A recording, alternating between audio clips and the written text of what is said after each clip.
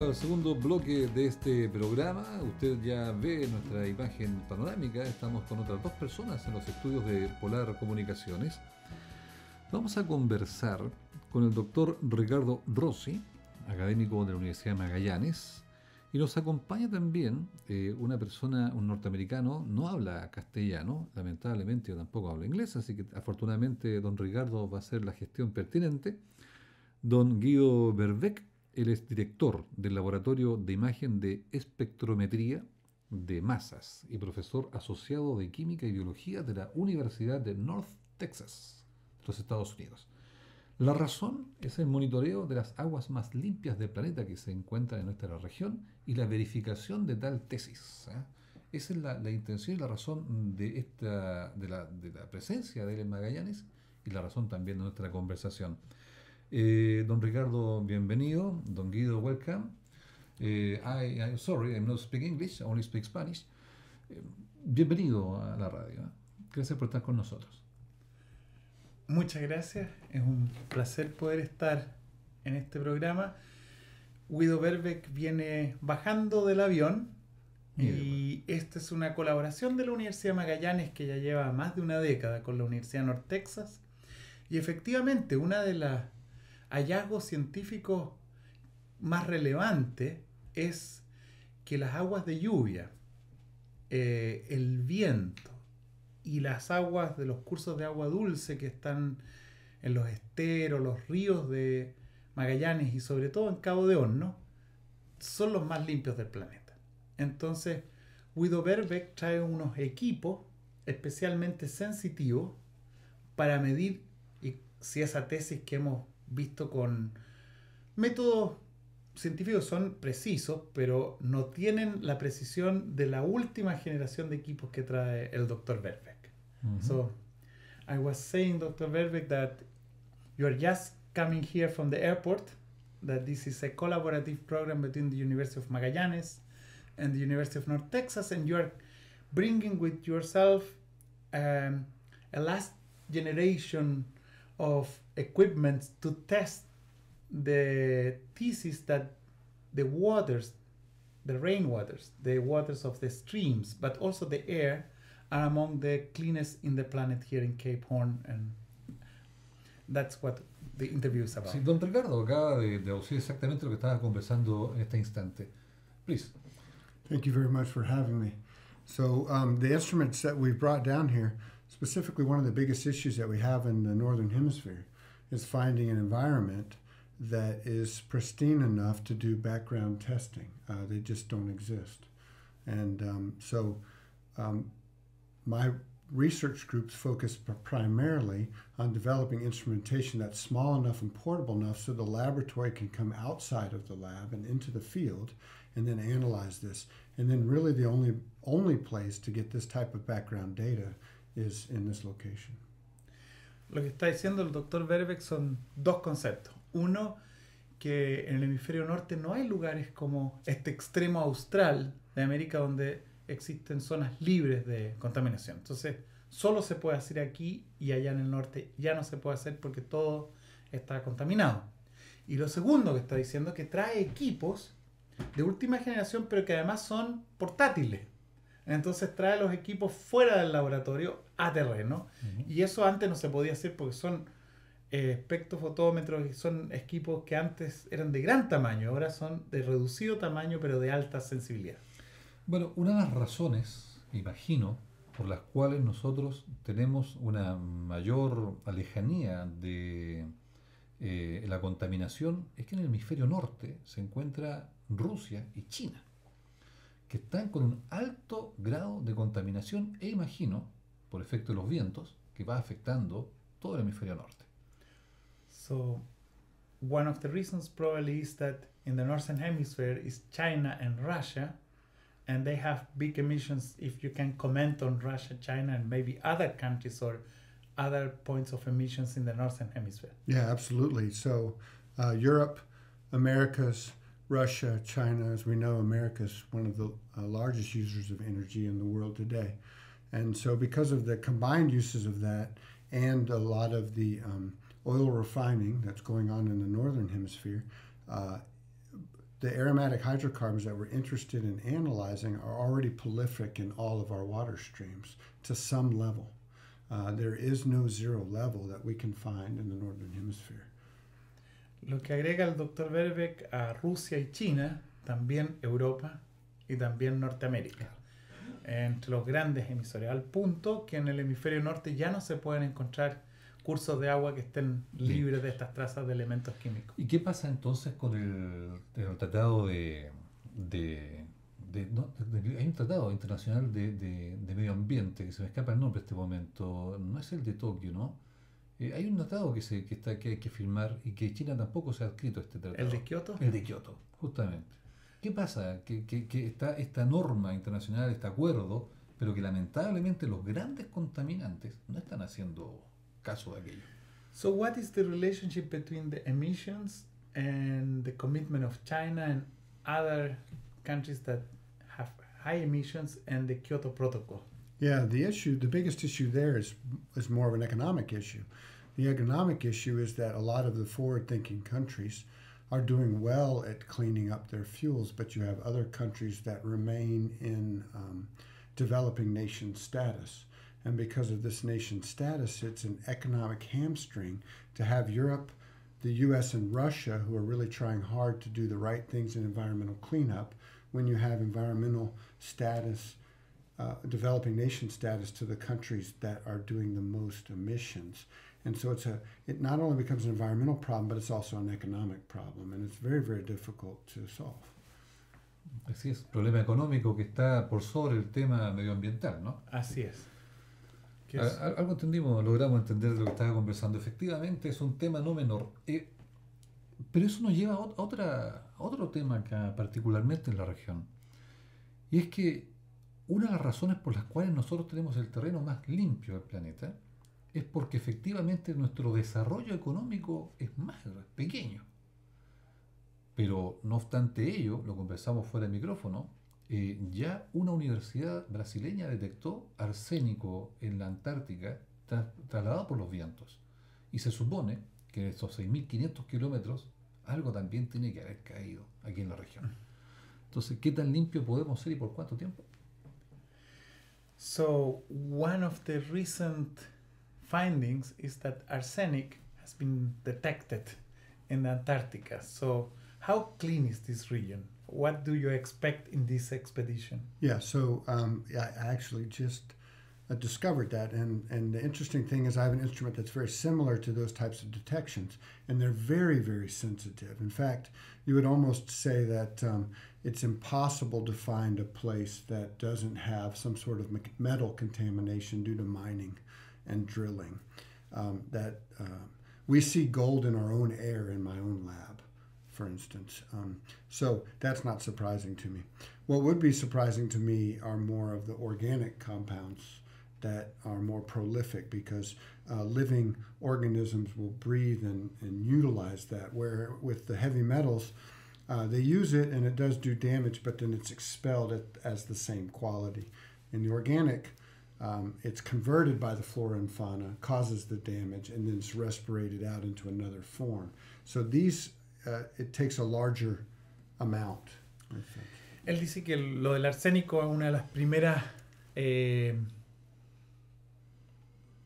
descubrimientos recientes que le llamó la atención al llegar aquí, que él no estaba al tanto, pero justamente estábamos con un ingeniero recién que le comentó del arsénico y que no le llama tanto la atención porque son los muy vientos, volátiles, claro. Y los vientos, y que incluso en su laboratorio encuentran oro volando en el aire, y que es un problema, pero tal vez un problema mayor, señala, son los compuestos orgánicos que entran a los organismos, son procesados, los dañan y son expelidos luego de otra forma. Y que bueno, esos son resultados que espera tener él para el 21 de diciembre, porque esta es una campaña intensa de 10 días, y nos irá a contar qué detectó. Claro, porque finalmente el tener las aguas más limpias del planeta, en la región de Magallanes, no significa que estén sin contaminación, sino que el grado de contaminación es menor a lo que tiene el resto del mundo. Porque estamos dentro del planeta, es imposible que no tengamos ninguna contaminación, es imposible. Pero es bueno saber que tenemos esta posibilidad. Ahora, Una vez que se certifique lo prístino de las aguas de nuestra región, ¿qué objetivo persigue? ¿Qué conseguimos con esto? ¿Qué logramos con este estudio? So, two comments. One, that probably it's impossible to have zero pollution at this point in the planet, even here. But the degree of pollution is lower. But the second is, if we find that these are the less polluted waters of the planet, and we can certify that with your equipments and this methodology, what do we gain with that? Yeah, that's a great question. So even going back to the arsenic problem, even though they found arsenic and they're trying to assign where that came from, they didn't have the original data that says that arsenic wasn't there 60 years ago. What we're trying to do is be more proactive, where we get a baseline reading here, and we know if there's ever an industrial or human footprint that's left on the region, we know what the baseline was. So one, is it the cleanest water in the world? We'll find out in a couple of weeks. And two, we have a baseline to know that if there's any ever human or environmental impact in the area, anybody can grab the data. It's free. We will post it, and they can grab it, compare it to their data, and see if there's an incremental change in the chemical footprint. Entonces, una primera respuesta es que sí, que tienes toda la razón y que la pregunta es muy importante, ¿qué se gana? Lo que dice que lo primero que se gana es comprobar si es cierto o no esta tesis, y si es cierta se va a crear una línea de base. Una línea de base hoy, antes que continúen desarrollando otras iniciativas que podrían contaminar. Esa línea de base va a ser de acceso público y va a quedar disponible a través de la Universidad de Magallanes y la Universidad de North Texas. Y el tener una línea de base es lo que faltó en el hemisferio norte, donde no existe contra qué contrastar. En cambio, hoy empezamos ahora, en este momento, con una línea de base que nos va a permitir después contrastar si hay nuevos patrones de mayor incremento en la contaminación. Hace un tiempo atrás tuve la oportunidad de conversar en este mismo estudio con el embajador de Estados Unidos en Chile. Y una de las razones por las cuales viene a la zona, y con las que viene a la zona, es con un avión, una aeronave, que es capaz de detectar, ¿cierto?, toda la riqueza natural que tenemos en nuestra región, e incluso bajo tierra. Magallanes es una reserva de agua pura, digamos, más grande del planeta. Y Estados Unidos ha estado muy interesado en nosotros. Más allá de la Universidad de North Texas. ¿Hay alguna razón por la cual Estados Unidos esté particularmente interesado estratégicamente en esta región? Ambassador Michael Hammer, the U.S. ambassador in Chile, has been here in this same room in an interview, and he comes here with an airplane that is equipped to detect resources even under the earth, and particularly in the water resources of Magallanes. Is there a reason that the U.S., beyond the University of North Texas, is so interested in this region, or why are you so interested in this region? Yeah, mainly for mine is because it's an isolated airstream. Because it's an isolated airstream, it really gives us viable and trusted data as baseline. Now, it's not always going to be possible for us to prove that the baseline data here is what the baseline data used to look like in the northern hemisphere, but it will give us our closest zero sum of the impact, because it's very, very minimalistic right now for wild human. So for me, my greatest the most that I get from doing this region is portable instrumentation. My greatest goal is to try to get the lab out of the building and into the field so that people can be proactive in their response. If you see something, you can react to it right away. You don't have to wait until it comes to the lab before it becomes a problem. So that's my ultimate goal, is to give people the tools where they can handle. So it's sort of like when we did the glucose monitor for diabetics, and they could monitor their own blood sugar, give the people the ability to be able to monitor and control their own and resources. Entonces él da tres razones. Uno, la primera, algo que él puede monitorear que ya no se encuentra en el hemisferio norte. O sea, para él es un lujo de venir a una situación preindustrial, entre comillas, Claro. que está en una situación remota, aislada por las corrientes de viento. La segunda es que él viene con un equipo portátil. Y eso también es un objetivo para él en el sentido de ofrecerle a la gente, y a la sociedad y a las universidades, pero también a la gente, un equipo que le permita monitorear in tempo lo que está ocurriendo. Hacía el ejemplo con la diabetes, que antes habría que ir al hospital y ahora tienen ellos, se van autotesteando. Entonces les daría una autonomía en el testearse. Y lo tercero, que les resulta una zona muy interesante por las corrientes del viento, y es algo que va a mirar, aquí recibimos desde Australia, ¿no es cierto?, por las corrientes circumpolares, cómo se desvían hacia la península antártica, cómo se desvían hacia el resto del continente americano, y si este efectivamente es un gap que queda libre de alguna de esas partículas que son transmitidas por las corrientes circumpolares. Al menos él también me parece que decía que de su punto de vista no sabía exactamente la razón por la cual el gobierno norteamericano estaba haciendo esta investigación. ¿Me equivoco? ¿Algo así? Sí, esa parte él no la conoce. Lo que sí Claro. le interesa es la línea de base y estas nuevas líneas de equipo que van a dar autonomía. ¿Tiene algún impacto este estudio pensando en que dentro de algunos años se debe revisar el Tratado Antártico? Que hay muchas naciones interesadas en poder tener una parte del territorio blanco, e incluso lo conversé el otro día también con el cónsul de Argentina en este mismo estudio. Hay intereses chinos, tiene una base militar científica china en la Patagonia Argentina, y pareciera ser que todo el mundo está muy preocupado del próximo término de este tratado y la reestructuración, perdón, del mismo. ¿Este estudio tendrá un impacto en aquello para nosotros, para ustedes? Could the results that you will find have an implication for the Antarctic treaties, in the sense that there is a growing interest in Antarctica? The Antarctic treaties will expire. China has a large scientific base not only in Antarctica but now in the Argentinian Patagonian, and he had the Argentinian consul here. And so from your point of view, what are the potential implications for the future of Antarctica? Yeah, my biggest fear is like what happened in the Northern Hemisphere.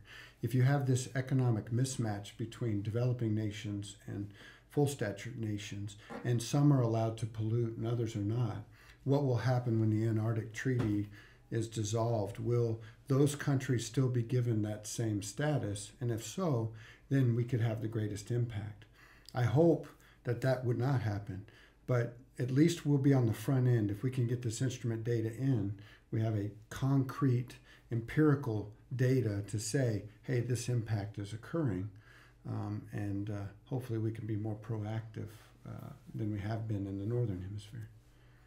En suma, lo que él dice, bueno, que es una problemática compleja de base económica, con diferenciales responsabilidades en el impacto, pero lo que él sí puede aportar, y es interesante que lo aportemos en conjunto con la Universidad de Magallanes, es una línea de base que va a permitir decir, sí, está existiendo este impacto. Porque si no hacemos esta línea de base, ¿cómo vamos a saber que los niveles de contaminación o de flujo de partículas están aumentando?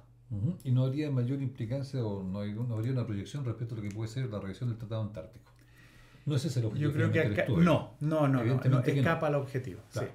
Pero nos va a servir por último para tener ahí una razón.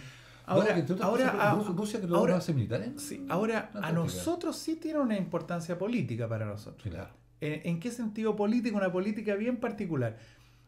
Las Naciones Unidas tienen un programa que se llama El Hombre y la Biosfera, que genera reservas de biosfera. Eso quiere decir lugares que son patrimonio de la humanidad. Uno de ellos es Cabo de Horno. La reserva de la biosfera Cabo de Horno fue declarada por UNESCO el 2005.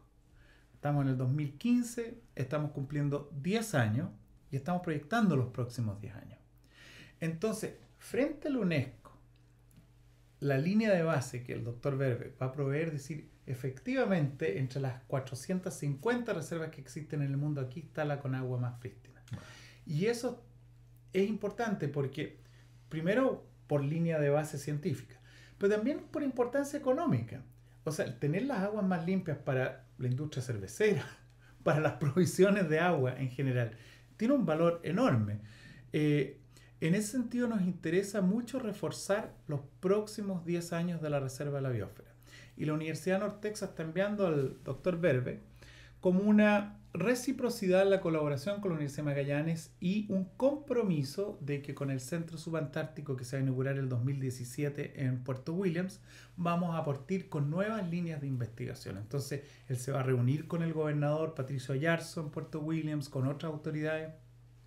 En ese nivel de la Reserva de la Biosfera Cabo de Hornos sí tiene una traducción, una transferencia para una toma de decisiones que sea lo más informada posible. Pero el doctor Verbeek viene en un aspecto técnico con esos dos aspectos, de medir y ofrecer una nueva instrumentación. Sí, como él decía, ¿cierto? Trabajando en terreno, ¿cierto? Con un trabajo absolutamente objetivo allí en el mismo lugar. Llegó la hora de la despedida, the end of the hour. Gracias a usted, don Ricardo, por la traducción. Ha sido evidentemente importante. De lo contrario, no hubiera sido posible conocer la opinión, ¿cierto?, de don Guido Verbeek. Doctor, thank you for your visit. So thank you very much for having me. Yes, thank you. Thank you for answering our questions and happy return to your country. Thank you very much. I can't wait. I'm really looking forward to my stay down here. Thank you very much. Thank you. Muchas gracias, doctor, por estar con nosotros también. Muy gentil. Muchas gracias.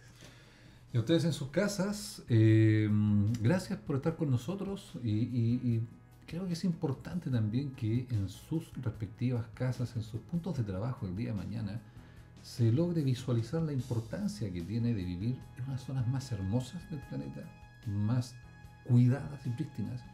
Y sabe que no nos engañemos. Cuando decimos que Punta Arenas es una ciudad limpia, lamentablemente suele ocurrir porque el viento se lleva las cosas y hay que empezar a preguntarse a dónde las lleva. Si queremos cuidar, si queremos vivir en este paraíso terrenal, todos tenemos una responsabilidad sobre el tema. Muchas gracias y si Dios quiere nos encontramos mañana una vez más, como siempre, le digamos bienvenidos a Conversando a la Noticia.